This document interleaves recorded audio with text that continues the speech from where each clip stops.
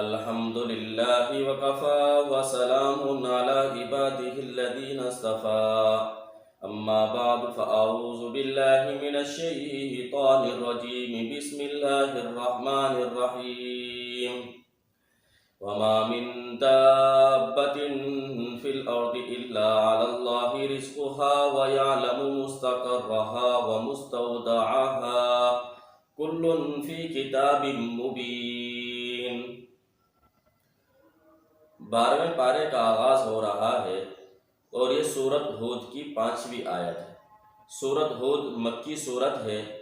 نزول کے اعتبار سے 52 اور موجودہ ترتیب کے اعتبار سے 11ویں سورت، 123 آیات اور 10 رکوع پر مشتمل ہے۔ سورت ہود کی پہلی اور دوسری آیت کے اندر اللہ تعالیٰ نے قرآن کریم کی عظمت اور قرآن کی حقانیت کو بیان کیا۔ تیسری آیت کے اندر اللہ تعالیٰ نے قرآن مجید کے نازل ہونے کا اصل مقصد اور تمام انبیاء علیہ السلام کو بھیجنے کا مقصد اللہ کی وحدانیت کو لوگوں کے سامنے بیان کرنا ہے، توحید کو ثابت کرنا ہے، اللہ تعبدوا الا اللہ، اس بات کو بیان کیا۔ چوتھی، پانچویں، چھٹی آیات کے اندر اللہ تعالیٰ نے اپنی قدرت کے دلائل پیش کیے کہ اللہ کا علم اتنا وسیع کہ وہ تمہارے چھپے ہوئے رازوں کو بھی جانتا ہے۔ تم اپنے سینوں کے اندر جو حسد، بغض، منافقین، صحابہ کرام اور رسول اللہ صلی اللہ علیہ وسلم کے لیے چھپا کر رکھتے تھے، اللہ ان کو بھی جانتے ہیں۔ اللہ کی قدرت اتنی ہے، وَمَا مِن دَابَّةٍ فِي الْأَرْضِ إِلَّا عَلَى اللَّهِ رِزْقُهَا، کہ جتنے بھی انسان ہیں، جنات ہیں، چرند پرند، جانور اور جتنی سمندر کی مخلوقات، جتنی بھی مخلوقات ہیں، ان سب کی رزق کی ذمہ داری اللہ نے اپنے ذمہ لے رکھی ہے۔ ہر چیز اللہ کے پاس کتاب محفوظ کے اندر لکھی بھی ہے۔ فَلَعَلَّكَ تَارِكٌ بَعْضَ مَا يُوحَىٰ إِلَيْكَ وَضَائِقٌ بِهِ صَدْرُكَ أَن يَقُولُوا لَوْلَا أُنزِلَ عَلَيْهِ كَنزٌ أَوْ جَاءَ مَعَهُ مَلَكٌ۔ اس آیت کریمہ کے اندر اللہ تعالیٰ جناب رسول اللہ صلی اللہ علیہ وسلم کو تسلی دے رہے ہیں۔ مشرکین کفار آپ سے اپنے پسندیدہ معجزات طلب کرتے،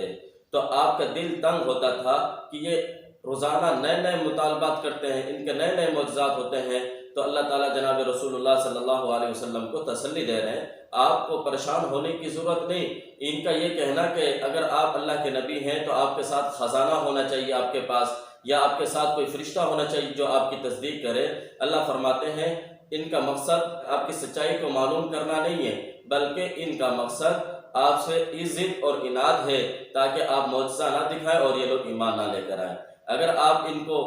یہ معجزات دکھا بھی دیں، چونکہ مقصد ضد اور عناد ہے، پھر بھی یہ لوگ ایمان لانے والے نہیں ہیں۔ اگر یہ واقعاتاً آپ کی سچائی کو حاصل کرنا ان کا مقصود ہے تو پھر سب سے بڑا معجزہ اللہ تعالیٰ نے قرآن کی صورت میں نازل کیا ہے، تو پھر یہ اس کو دیکھ لیں۔ اور یہ کہتے ہیں کہ جناب رسول اللہ صلی اللہ علیہ وسلم نے قرآن کریم کو خود اپنی طرف سے بنا لیا ہے، یہ اللہ کا کلام نہیں ہے۔ تو اللہ نے چیلنج کیا، قُلْ فَأْتُوا بِعَشْرِ سُوَرٍ مِثْلِهِ مُفْتَرَيَاتٍ، اگر یہ گھڑی ہوئی صورتیں ہیں، اپنی طرف سے بنائی ہوئی صورتیں ہیں، تو تم بھی اپنی طرف سے 10 صورتیں گھڑ کر لے کر آؤ اور اس کا مقابلہ کرو۔ اور دوسری جگہ پر اللہ تعالیٰ نے کہا ایک صورت لے کر آ جاؤ اگر تم اس پر قادر ہو۔ صرف تم اکیلے ہی نہیں، تمام انسان، جنات اور جن کی تم لوگ پوجا کرتے ہو ان سب کو اپنے ساتھ ملا لو اور ایک اس جیسی قرآن مجید کی فصاحت اور بلاغت میں صورت لے کر آؤ اگر تم اس بات پر قادر ہو۔ وَلَقَدْ أَرْسَلْنَا نُوحًا إِلَىٰ قَوْمِهِ فَقَالَ يَا قَوْمِ اعْبُدُوا اللَّهَ مَا لَكُم مِّنْ إِلَٰهٍ غَيْرُهُ۔ یہاں سے آگے اللہ تعالیٰ نے تقریباً سورت کے اختتام تک 7 انبیاء علیہ السلام کے واقعات کو بیان کیا بطور عبرت کے، کہ اس سے عبرت حاصل کی جائے۔ ان میں سے سب سے پہلے نبی حضرت نوح علیہ السلام، جنہیں آدم ثانی کہا جاتا ہے۔ حضرت نوح علیہ السلام نے 950 سال اپنی قوم کو تبلیغ کی، ان کو اللہ کی وحدانیت ان کے سامنے بیان کی، انہیں شرک سے روکا، برے کاموں سے روکا، لیکن اس عرصے کے اندر 70 سے 80 افراد کے قریب جو ہے صرف مسلمان ہوئے، حضرت نوح علیہ السلام پر ایمان لائے، اور باقی سب نے تکذیب کی۔ اللہ تعالیٰ نے حکم دیا حضرت نوح علیہ السلام کو تم کشتی تیار کرو۔ حضرت نوح علیہ السلام نے کشتی تیار کی اور پوری قوم کے اوپر پانی کا عذاب آیا، نیچے زمین سے بھی پانی ابلنا شروع ہوا، آسمان سے بھی بارش برسنے شروع ہوئی، اور وہ پوری قوم جو ہے ہلاک اور تباہ ہو گئی۔ وَإِلَىٰ عَادٍ أَخَاهُمْ هُودًا، دوسرے نبی حضرت ہود علیہ السلام جنہیں قوم عاد کی طرف اللہ تعالیٰ نے بھیجا تھا، حضرت ہود علیہ السلام نے بھی دعوت دی صرف اللہ کی عبادت کرو، کسی اور کی عبادت مت کرو، اور اپنے گناہوں کے معافی مانگو۔ جب تم اپنے گناہوں کی معافی مانگو گے اللہ تمہاری توبہ کو قبول کریں گے، پھر اللہ تعالیٰ تمہارے لیے آسمان سے بارش بھی برسائیں گے، زمین سے کھیتی بھی اگے گی، تمہاری اللہ تعالیٰ مال اور اولاد سے مدد کریں گے، طاقت دیں گے تمہیں۔ لیکن قوم نے حضرت ہود علیہ السلام کی بات کو نہیں مانا، تکذیب کی۔ اللہ تعالیٰ نے ان کو اوپر ہوا کا عذاب بھیجا، اور ہوا نے ان کو اٹھا کر پٹک کر مارا، سب کو ہلاک کر دیا سوائے ایمان والوں کے۔ وَإِلَىٰ ثَمُودَ أَخَاهُمْ صَالِحًا، تیسرے نبی حضرت صالح علیہ السلام کا واقعہ بیان کیا جا رہا ہے کہ حضرت صالح علیہ السلام کو اللہ تعالیٰ نے قوم سمود کی طرف نبی بنا کر بھیجا۔ حضرت صالح نے بھی اسی بات کی دعوت دی، صرف اللہ کی عبادت کرو، اللہ کے ساتھ کسی کو شریک مت ٹھہراؤ۔ قوم نے ایک اپنا پسندیدہ معجزہ طلب کیا، اگر آپ اللہ کے نبی ہیں تو اس پہاڑ سے ایک اونٹنی، گابن اونٹنی آئے اور ہمارے سامنے بچہ جن دے تو پھر ہم آپ پر ایمان لے آئیں گے۔ حضرت صالح علیہ السلام نے اللہ سے دعا کی، اونٹ پہاڑ پھٹا اور اس سے ایک اونٹنی نکلی، اس نے آ کر بچہ جن دیا۔ حضرت صالح علیہ السلام نے اپنی قوم کو کہا دیکھو یہ منہ مانگا معجزہ تھا، یہ اللہ کی اونٹنی ہے، اب اس کو تم تکلیف مت پہنچانا ورنہ اللہ کا عذاب تمہارے اوپر آ جائے گا۔ اور اس قوم کے چند شریر لوگوں نے اس اونٹنی کو تکلیف پہنچائی، اس کی ٹانگیں کاٹ دیں، جس کی وجہ سے وہ سب اللہ کے عذاب میں مبتلا ہوئے۔ ایک فرشتے نے آ کر چیخ لگائی اور سب کے سب جو ہے مر گئے۔ وَلَقَدْ جَاءَتْ رُسُلُنَا إِبْرَاهِيمَ بِالْبُشْرَىٰ قَالُوا سَلَامًا، اس رکوع کے اندر اللہ تعالیٰ نے دو انبیاء علیہ السلام کے واقعات کو بیان کیا، حضرت ابراہیم علیہ السلام اور حضرت لوط علیہ السلام۔ حضرت ابراہیم علیہ السلام کے پاس کچھ فرشتے آئے انسانی شکل کے اندر، تو حضرت ابراہیم علیہ السلام نے جلدی سے ان کے لیے گوشت تیار کیا بھنا ہوا اور ان کے سامنے کھانے کے لیے رکھا، چونکہ فرشتے لا یاکلون الطعام، وہ کھاتے نہیں ہیں، ولا یشربون الشراب، نہ پیتے ہیں، یہ صفات فرشتوں کی ہے۔ تو حضرت ابراہیم علیہ السلام نے جب دیکھا کہ یہ کھاتے پیتے نہیں ہیں، کہ ایسا تو نہیں کہ یہ میرے دشمن ہو، جب فرشتوں نے یہ بات محسوس کی کہ حضرت ابراہیم علیہ السلام خوف محسوس کر رہے ہیں، تو فرشتوں نے بتایا کہ ہم اللہ کے بھیجے ہوئے فرشتے ہیں، ہم آپ کو خوشخبری دینے کے لیے آئے ہیں کہ اللہ تعالیٰ آپ کو اولاد دیں گے، اولاد کی نعمت سے نوازیں گے، جس کا نام اسحاق ہے، اور پھر اس کی بھی اولاد ہوگی جس کا نام یعقوب ہوگا۔ پھر یہاں سے فرشتے آگے چلے حضرت لوط علیہ السلام کے پاس۔ حضرت لوط علیہ السلام کی قوم یہ بڑی نافرمان قوم تھی اور یہ بے حیائی کے کاموں میں مشغول ہو چکی تھی۔ اللہ تعالیٰ نے ان کو ہلاک کرنے کا ارادہ کیا اور فرشتوں کو بھیجا۔ حضرت لوط علیہ السلام کو فرشتوں نے آ کر کہا کہ آپ رات کے وقت اپنے گھر والوں کو اور ایمان والوں کو اس بستی سے لے کر نکل جانا، پیچھے مڑ کر نہیں دیکھنا، اور جو پیچھے رہ گئے فرشتوں نے اس زمین کے ٹکڑوں کو اٹھایا اور آسمان کے قریب لے جا کر واپس الٹ کر پھینکا نیچے، اور سب کو جو ہے تباہ اور برباد کر دیا، اور پھر پتھروں کی بارش ان کے اوپر برسی۔ وَإِلَىٰ مَدْيَنَ أَخَاهُمْ شُعَيْبًا، چھٹے نبی حضرت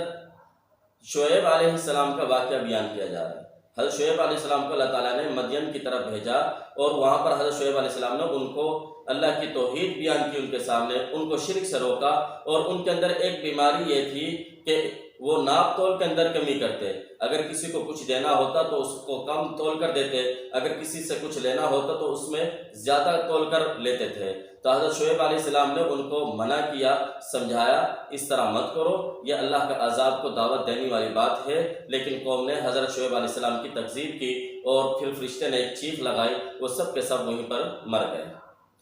وَلَقَدْ أَرْسَلْنَا مُوسَىٰ بِآيَاتِنَا وَسُلْطَانٍ مُّبِينٍ، ساتویں نبی حضرت موسیٰ علیہ السلام کا واقعہ بیان کیا جا رہا ہے۔ حضرت موسیٰ علیہ السلام کو اللہ تعالیٰ نے فرعون کی طرف نبی بنا کر بھیجا، فرعون کو دعوت دی، لیکن اس نے حضرت موسیٰ علیہ السلام کی دعوت کو قبول نہیں کیا، تکذیب کی۔ اللہ نے فرعون کو اور فرعون کے ماننے والوں کو یا نیل کے اندر غرق کر دیا۔ اور پھر اللہ تعالیٰ فرماتے ہیں یوم یأتی لا تکلم نفس الا بإذنہ، قیامت کا منظر پیش کیا جا رہا ہے کہ قیامت کے دن لوگوں کی حالت یہ ہوگی، ہیبت کی وجہ سے کوئی اللہ کے سامنے بات نہیں کر سکے گا سوائے اس کے جس کو اللہ اجازت دیں گے۔ فمنہم شقی و سعید، قیامت کے دن دو جماعتیں ہوں گی، ایک نیک لوگوں کی، ایک برے لوگوں۔ نیک لوگوں کی جگہ جنت ہے جس میں وہ ہمیشہ ہمیشہ رہیں گے، اور برے لوگ جہنم میں جائیں گے جس میں وہ لوگ بھی ہمیشہ ہمیشہ رہیں گے۔ فاستقم کما امرت ومن تاب معک ولا تطغوا، یہ آیت سورۃ ہود کی بڑی اہم ترین آیت ہے۔ اس میں اللہ تعالیٰ جناب رسول اللہ صلی اللہ علیہ وسلم اور تمام امت کو استقامت علی الدین کا حکم دے رہے ہیں کہ دین کے اوپر استقامت کے ساتھ جمے رہو، عقائد میں، عبادات میں، معاملات میں، اخلاق میں، معاشرت میں، ان سب پر استقامت کے ساتھ قائم رہنا، یعنی جو اللہ اور اس کے رسول نے جو حدود بیان کی ہیں ان حدود اور اصول پر پابند رہنا، اس کو کہتے ہیں استقامت۔ جناب رسول اللہ صلی اللہ علیہ وسلم سے جب صحابہ کرام رضوان اللہ علیہم اجمعین نے پوچھا یا رسول اللہ آپ بوڑھے ہو چکے ہیں، آپ کے داڑھی کے بال میں سفیدی آ رہی، تو آپ صلی اللہ علیہ وسلم نے فرمایا سورۃ ہود نے مجھے بوڑھا کر دیا، کیونکہ اس سورت کے اندر 7 انبیاء علیہ السلام کے واقعات اور ان کی قوموں کے واقعات کو اللہ تعالیٰ نے بیان کیا ہے، اور پھر ساتھ میں جناب رسول اللہ صلی اللہ علیہ وسلم کو استقامت علی الدین کا حکم دیا جا رہا، بڑا سخت عمل ہے، بڑا سخت حکم ہے۔ اس وجہ سے آپ صلی اللہ علیہ وسلم نے فرمایا میرے داڑھی کے بال سفید ہونا شروع ہو چکے ہیں۔ اور پھر آخری آیت کے اندر اللہ تعالیٰ نے اپنی توحید کو بیان کیا دوبارہ، وَلِلَّهِ غَيْبُ السَّمَاوَاتِ وَالْأَرْضِ وَإِلَيْهِ يُرْجَعُ الْأَمْرُ كُلُّهُ فَاعْبُدْهُ وَتَوَكَّلْ عَلَيْهِ وَمَا رَبُّكَ بِغَافِلٍ عَمَّا تَعْمَلُونَ۔ سورۃ یوسف مکی سورت موجودہ ترتیب کے اعتبار سے 12 اور نزول کے اعتبار سے 53، 111 آیات اور 12 رکوع پر مشتمل ہے۔ اس سورت کے اندر اللہ تعالیٰ نے حضرت یوسف علیہ السلام کا مکمل واقعہ بیان کیا ہے۔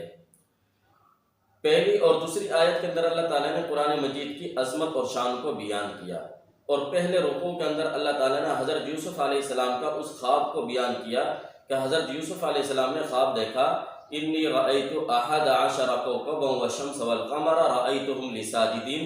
11 ستارے اور سورج چاند میرے سامنے سجدہ کر رہے ہیں۔ تو حضرت یعقوب علیہ السلام اپنے والد کو یہ خواب سنایا۔ حضرت یعقوب علیہ السلام نے کہا کہ بیٹا یہ خواب اپنے بھائیوں کو مت بتانا، کیونکہ حضرت یعقوب علیہ السلام اس کی تعبیر سمجھ چکے تھے کہ حضرت یوسف علیہ السلام کو بھی اللہ تعالیٰ نبوت سے نوازیں گے اور ان کو سلطنت ملنے والی ہے۔ اذ قالوا ليوسف واخوه احب الى ابينا منا ونحن عصبة، حضرت یوسف علیہ السلام کے بھائیوں کو حضرت یوسف سے حسد ہونے لگا کہ حضرت یعقوب علیہ السلام اپنے بیٹے حضرت یوسف سے زیادہ محبت کرتے تھے، جس کی وجہ سے ان کے دل کے اندر یہ بات آتی تھی کہ دیکھو تعداد کے اعتبار سے ہم زیادہ، قوت کے اعتبار سے ہم زیادہ، اور طاقت کے اعتبار سے ہم زیادہ ہیں، اور حضرت کے کام آنے والے جب بھی ہم ہی ہیں، تو ان کو چاہیے تھا کہ ہم سے محبت کرتے، لیکن سب سے چھوٹے بیٹے حضرت یوسف سے زیادہ محبت کرتے ہیں۔ دل میں ان کے حسد آیا، سب بھائیوں نے مشورہ کیا کہ حضرت یوسف علیہ السلام کو قتل کر دیا جائے، لیکن ان میں سے جو سب سے بڑے بھائی تھے یہودا،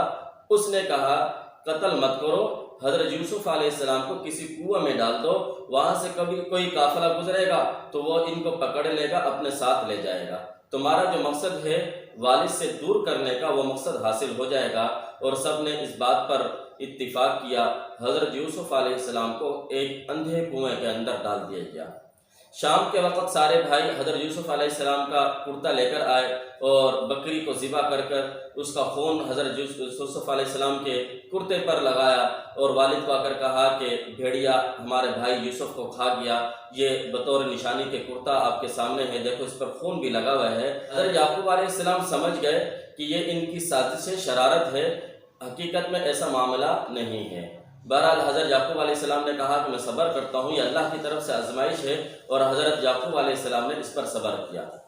ادھر ایک قافلہ گزرا، اور قافلے کو پانی کی ضرورت محسوس ہوئی تو انہوں نے ایک آدمی کو پانی کی تلاش کے لیے بھیجا، تو اس آدمی نے جا کر جب اس کنویں کے اندر ڈول ڈالا تو اس میں حضرت یوسف علیہ السلام بیٹھ گئے، اور جب کھینچا تو حضرت یوسف علیہ السلام نکلے۔ بھائیوں کو جب پتہ چلا کہ قافلے والوں نے حضرت یوسف علیہ السلام کو نکال لیا تو بھائیوں نے کہا کہ یہ ہمارا غلام ہے، یہ چھپ جاتا ہے، بھاگ جاتا ہے، لہٰذا ہم اس کو بیچنا چاہتے ہیں، تم اس کو خریدتے ہو تو ہم سے خرید لو۔